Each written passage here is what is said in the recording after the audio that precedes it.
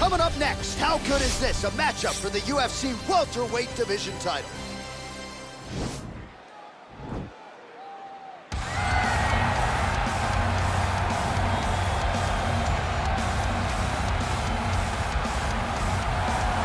All right, so here he is, the #1 welterweight contender, getting set to challenge for the UFC's 170-pound title. Took a long winning streak in many years for him to realize this opportunity.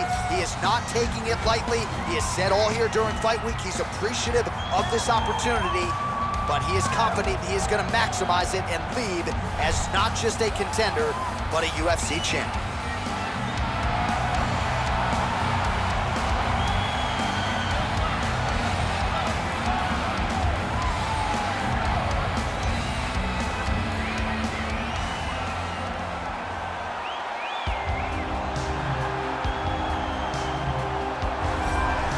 He is the reigning, defending, undisputed UFC welterweight champion in a division full of killers.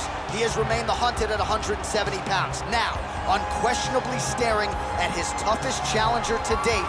Can he go back home as the champion? If he can, another chapter to one of the greatest welterweight legacies the Octagon has ever seen.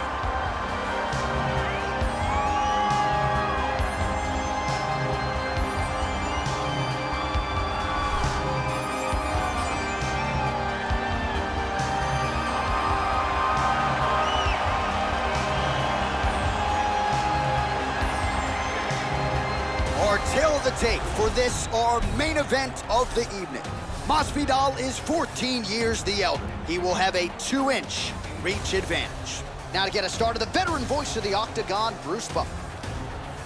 Ladies and gentlemen, this is the main event of the evening.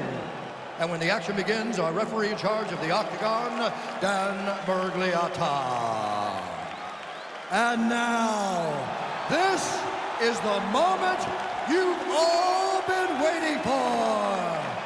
Live from the sold-out United Center in Chicago, Illinois. It's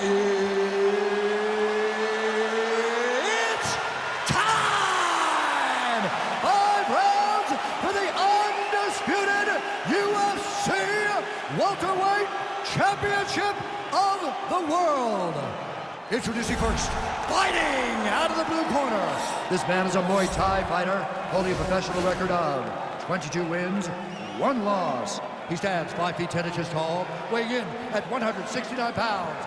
Fighting out of Scranton, Pennsylvania, USA, presenting the challenger, the Apex. And now, introducing the champion, fighting out of the red corner. This man is a boxer, holding a professional record of 42 wins, 18 losses. He stands 5 feet 11 inches tall, weighing in at 170 pounds. Fighting out of Miami, Florida, presenting the reigning, defending, undisputed UFC welterweight champion of the world. All right, this is for the UFC Championship. I want you to obey my commands at all times, protect yourself at all times. I want a nice, clean, safe fight. Touch gloves, back your corners, come out fighting.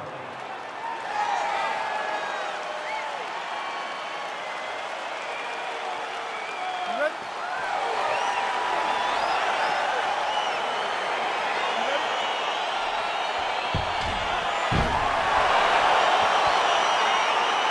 All right, so we've got 2 classically trained strikers here. Any chance this fight actually goes to the ground? This fight does not go to the ground. This one will be fought in the pocket. 2 guys will stand in front of each other. They will trade punches.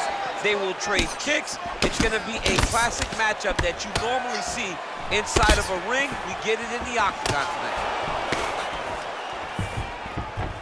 All right, so a nice job there defensively to raise the guard and prevent any damage. Those hands never leave where they're supposed to be. And if you do that, most times you will block the shot that's incoming.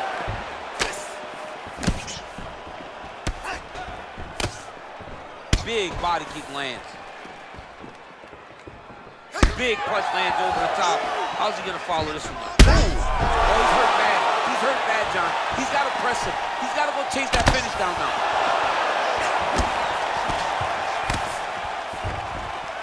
Working out of that southpaw stance. Lands with the kick there. No pad on that foot.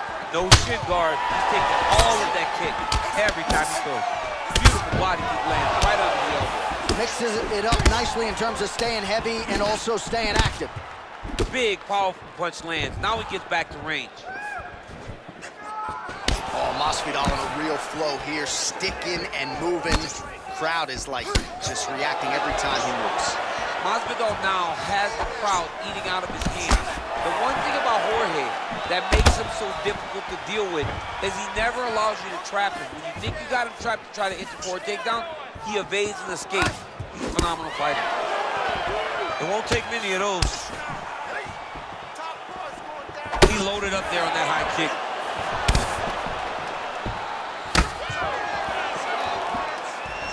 Straight right hand now, just misses. Great punch. Both fighters exchange in the pocket here.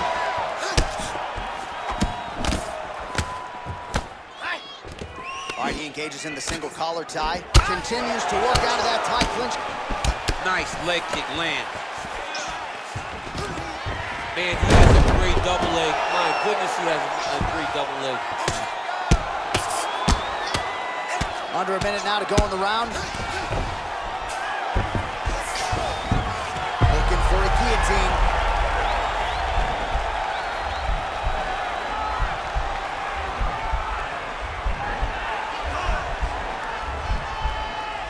All right, so he postures up. Nicely done. Well, pretty good work off of the bottom here by Gamebred. Oh, he's back up again. You gotta like that. Head kick attempt, unable to find the target. Oh, massive kick. Round two winding down.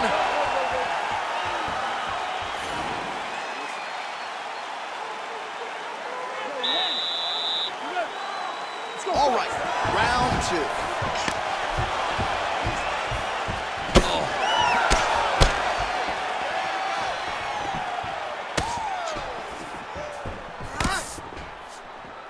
Nice defense there, huge block.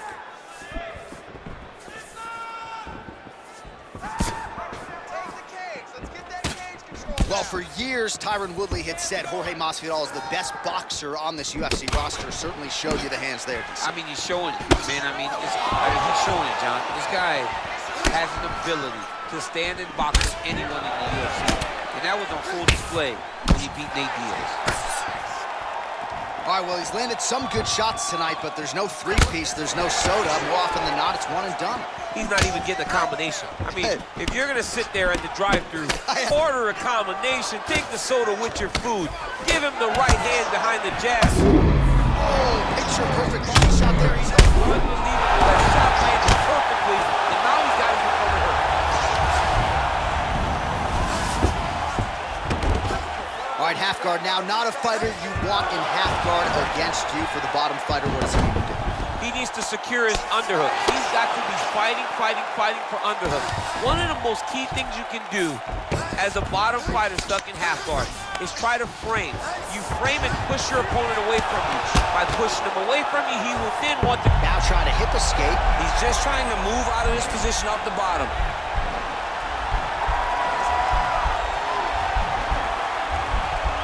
The Kimura is not the arm. It's the shoulder pressure that usually makes you tap.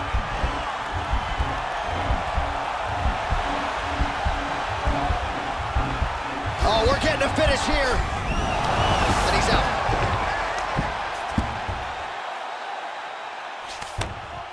All right, well, both fighters pretty comfortable on the ground, DC, but you got to be very careful. Now trying to hip escape. He's just trying to move out of this position off the bottom.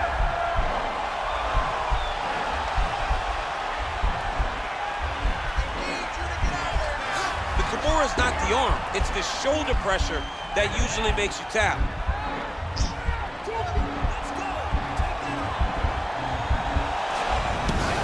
And he's out.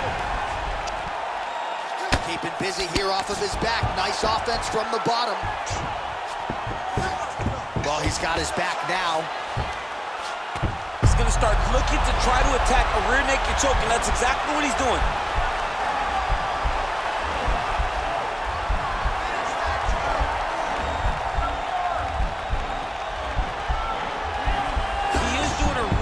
job of relaxing. Nicely done. Strong bottom work here, staying busy. All right, let's look back at some of the action, DC. A huge round, particularly when it came to that liver split. Okay, you ready? You ready? All right, here we go with this third round of this championship fight. That's a big strike right there. Oh, massive head kick there. We'll see if he can finish. Oh, nice right hand. Oh! He was hurt. Serve him up. Go get him. Now he's on top of him looking for a finish. Now let's start the head back. The referee has seen enough. By TKO. He mercifully stopped the fight. A great stoppage and a great performance by this young man.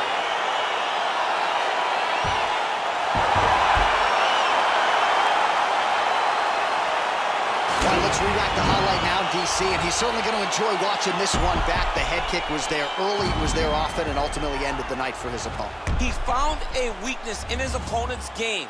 The left kick, over and over, he was able to land it. And he was landing the strikes, too, with his hands, but ultimately it was the kick that was hidden behind the punch that finished the fight for him.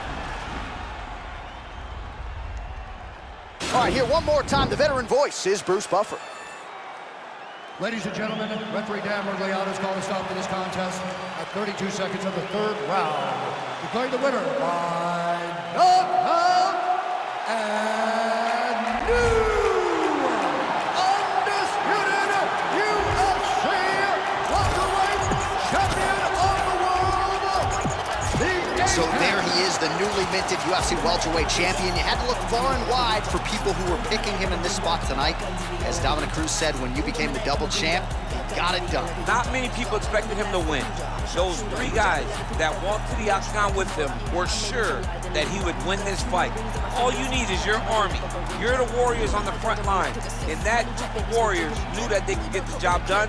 They did, and now he's the UFC champion.